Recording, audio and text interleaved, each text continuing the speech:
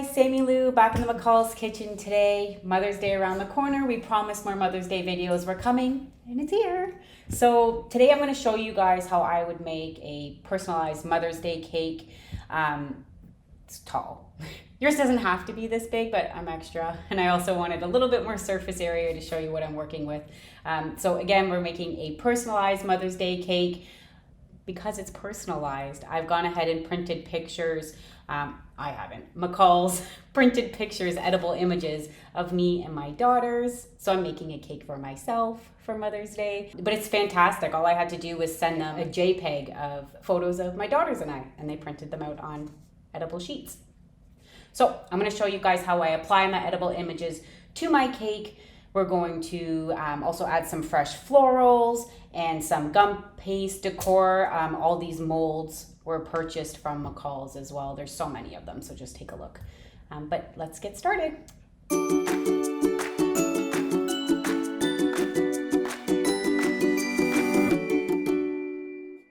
The first thing I'm going to do, now this is really preference. You can go ahead, cut your edible images and put them directly onto your cake if you prefer.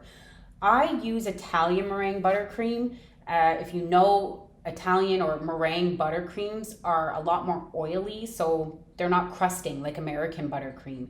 And because of that, you run the risk of having the image seep too much into the cake or having your cake seep too much into your image.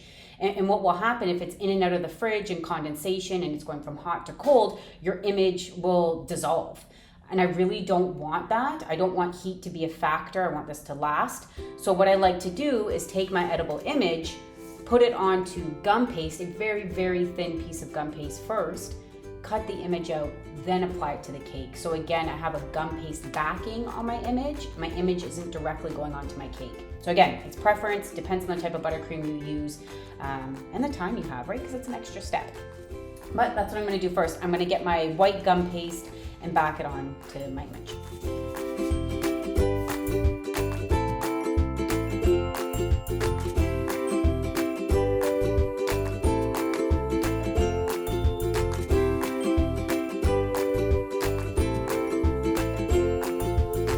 Okay, so do not use water to adhere your image. Use piping jelly, or even if you have a crusting buttercream, a little buttercream on the back, on top of your gum paste will do. Again, you're using it like a glue so that you can stick your image onto the gum paste. So I prefer piping jelly, but crusting buttercream works well. Royal icing works well too. Piping jelly, very, very, very thin coat. It doesn't even need to be evenly distributed, to be honest. It's just to secure most of your image down.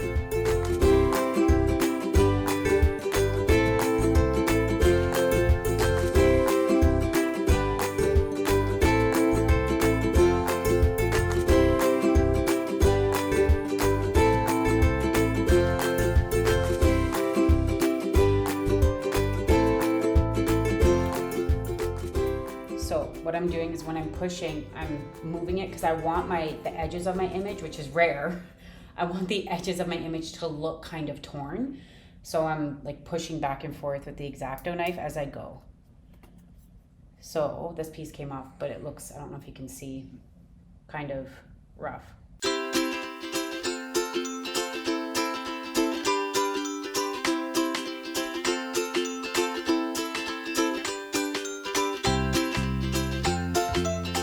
Now, you don't want to leave them sitting for too long because it's gum paste, right? Gum paste gets hard quickly. So work with them as soon as you're finished cutting them. I'm going to adhere it to my cake. You can use buttercream to adhere it to the cake, or you can use piping jelly if you'd like. I'm going to use some buttercream. I already have some out. Again, make sure your cake is cold, not soft, okay? It has to be cold before you do this.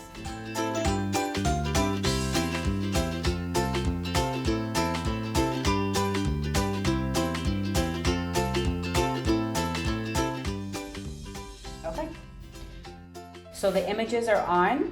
I'm just gonna put this in the fridge for maybe just a couple minutes so that the buttercream behind the image firms up a little bit. Okay, be right back.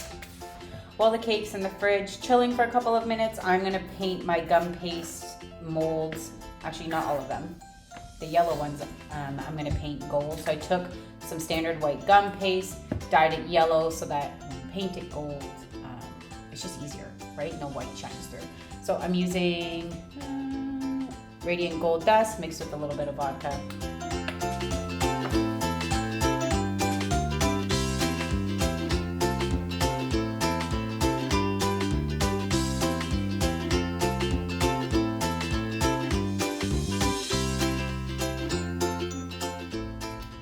Okay, cake's out of the fridge. I'm gonna add some flowers on this cake first. Then I'm going to go ahead and add like some gold embellishments, the ones we just painted, and maybe some sprinkles as well. I just wanna see where the flowers are gonna go, and then I'm gonna add in everything else afterwards, okay? Don't forget to dress your flowers before you add them to the cake. Like I said previously, there's other videos below of how I dress my flowers, dip them in chocolate, floral tape, but check out previous videos to see more details, okay? Be right back. Okay, flowers are arranged. Pretty happy with how she turned out. I am going to just add in my little bunny tails.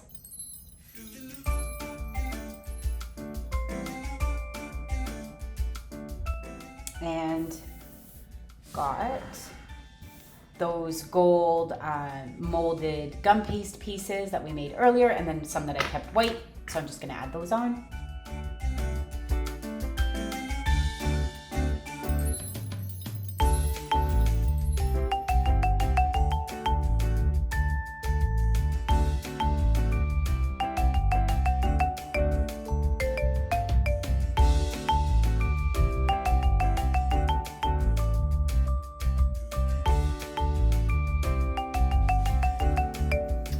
Okay, so I'm just gonna go in and add some sprinkles.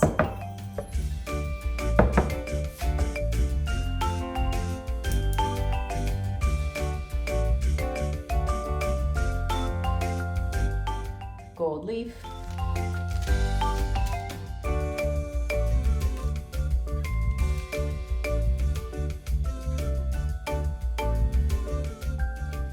Gold's applied, sprinkles are applied. Just gonna pop it in the fridge to let everything set. I'll be right back.